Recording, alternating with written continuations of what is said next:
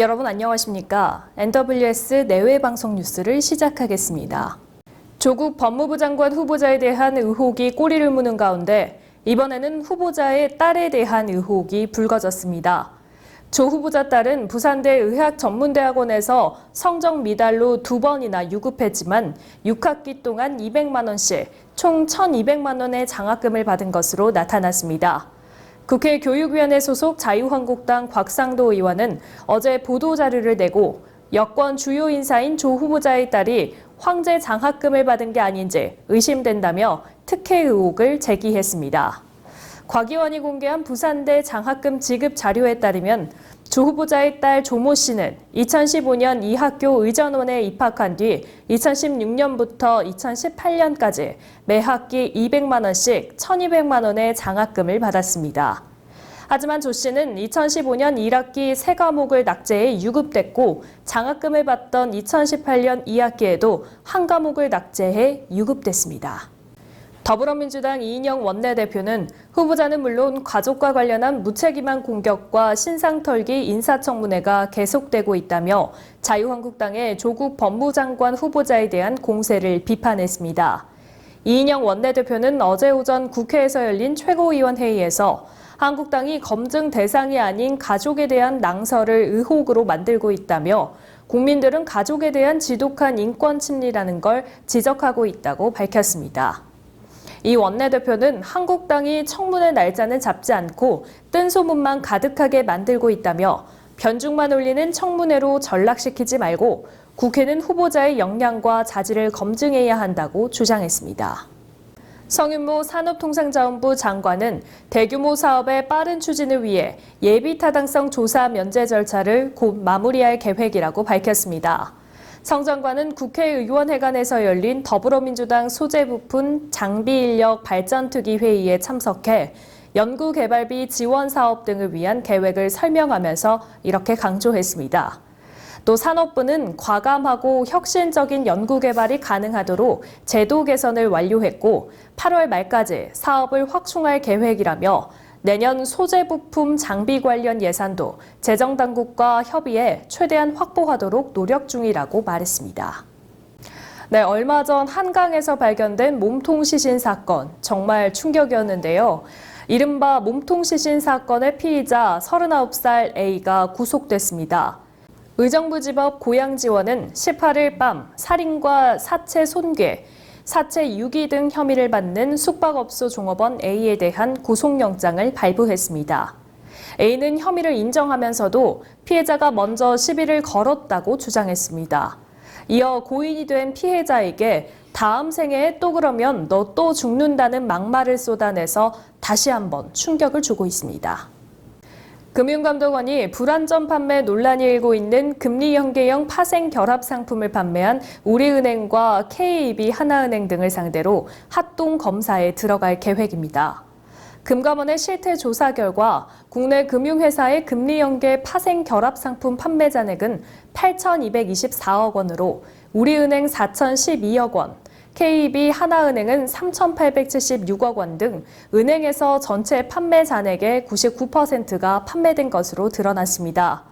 주로 개인 투자자에게 DLF, 즉 펀드 형태로 판매됐고 모두 3,600여 명이 7,326억 원을 투자한 것으로 조사됐습니다. 금감원은 합동 검사를 통해 구조가 복잡하고 원금 전액을 잃을 수 있는 고위험 파생 상품을 은행이 은퇴생활자 등 개인 투자자에게 판매한 과정 등을 집중적으로 살필 계획입니다. 올 하반기 기업들의 대졸 신입사원 채용 규모가 작년보다 대폭 감소할 것이라는 조사 결과가 나왔습니다.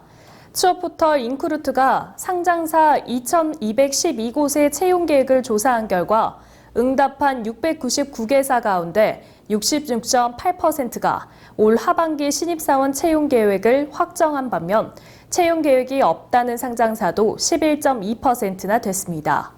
대기업의 하반기 채용 예정 규모는 전년 대비 4.1% 감소한 42,800여 명이었고 중견기업은 21.7% 줄어든 1,390명으로 조사됐습니다. 이 밖에 중소기업의 채용 예정 규모도 전년 대비 48% 이상 감소한 590여 명에 그쳤습니다. 홍콩에서 범죄인 송환법에 반대하는 주말 집회가 11주째 계속됐습니다. 중국의 무력 개입이나 홍콩 경찰과의 충돌이 우려됐지만 시위는 170만 명이 참석한 가운데 평화롭게 마무리됐습니다. 최근 수위가 높아진 경찰의 진압에 대비하기 위해 시위대는 시작부터 평화, 이성, 비폭력을 강조했습니다. 하지만 이번 달 말에도 민간인권 전선이 주도하는 대규모 집회가 예정돼 있고 중국 전국인민대표회의에서 시위대는 법에 따라 처벌할 것이라고 밝힌 만큼 무력 진압 가능성은 여전히 남아 있습니다. 새 예능 가치 펀딩의 첫 프로젝트인 배우 유준상 씨의 태극기함 크라우드 펀딩이 화제를 모으고 있습니다. 일제강점기 역사를 되돌아보고 태극기의 진정한 의미를 되새기며 배우 유준상 씨의 나라사랑에서 시작된 태극기함 펀딩이 열렸는데요. 태극기함의 가격은 3.1운동 100주년을 기념한 31,100원으로 책정됐고 펀딩 수익금 전액은 독립유공자를 위해 기부된다고 합니다. 뜨거운 진심이 시청자의 가슴에 울림을 주며 8.15 광복절의 의미를 담은 1차 목표 금액 815만 원을 훌쩍 넘겼습니다. 미 프로야구 텍사스의 추신수 선수가 3년 연속 20홈런을 달성했습니다. 추신수는 홈에서 열린 미네소타와의 경기에 1번 우익수로 선발 출전해 팀이 2대3으로 뒤진 7회 말 상대의 빠른 공을 받아쳐 시즌 20호 동점 홈런을 터뜨렸습니다. 8일 만에 홈런을 기록한 추신수는 한 시즌 개인 최다 홈런 기록에도 2개 차로 다가섰습니다. 내외 방송은 구리시 딸기원 중문길에 자리하고 있는 남강 숯불갈비에서 소상공인 살리기 특집 홍보 방송 녹화를 진행했습니다. 이번 녹화는 리포터 불꽃머리 박생환의 진행으로 소상공인 남강 숯불갈비 홍보 방송이 진행됐는데요. 남강 숯불갈비 한현옥 대표는 딸기원이 재개발 계획으로 중문길 상권이 과거보다 많은 차이가 있다고 말하며 대표 메뉴인 삼계탕을 장인 정신으로 만들어 고객에게 저렴한 가격으로 영업하고 있다고 말했습니다. 아울러 내외방송 소상공인 홍보방송은 무료로 진행되고 있으며 신청 문의는 1544-9741번으로 전화해 소상공인 살리기 홍보방송 담당자에게 신청하면 됩니다.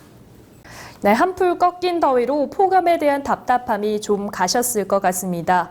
그런데 우리 사회의 답답함이 여전합니다. 하루가 멀다 하고 일어나는 강력범죄와 공직자 의혹 등이 그 답답함인데요. 하루빨리 이런 점들도 좀 시원하게 해소됐으면 좋겠습니다. 오늘 뉴스 여기서 마치겠습니다. 시청해주신 여러분 고맙습니다.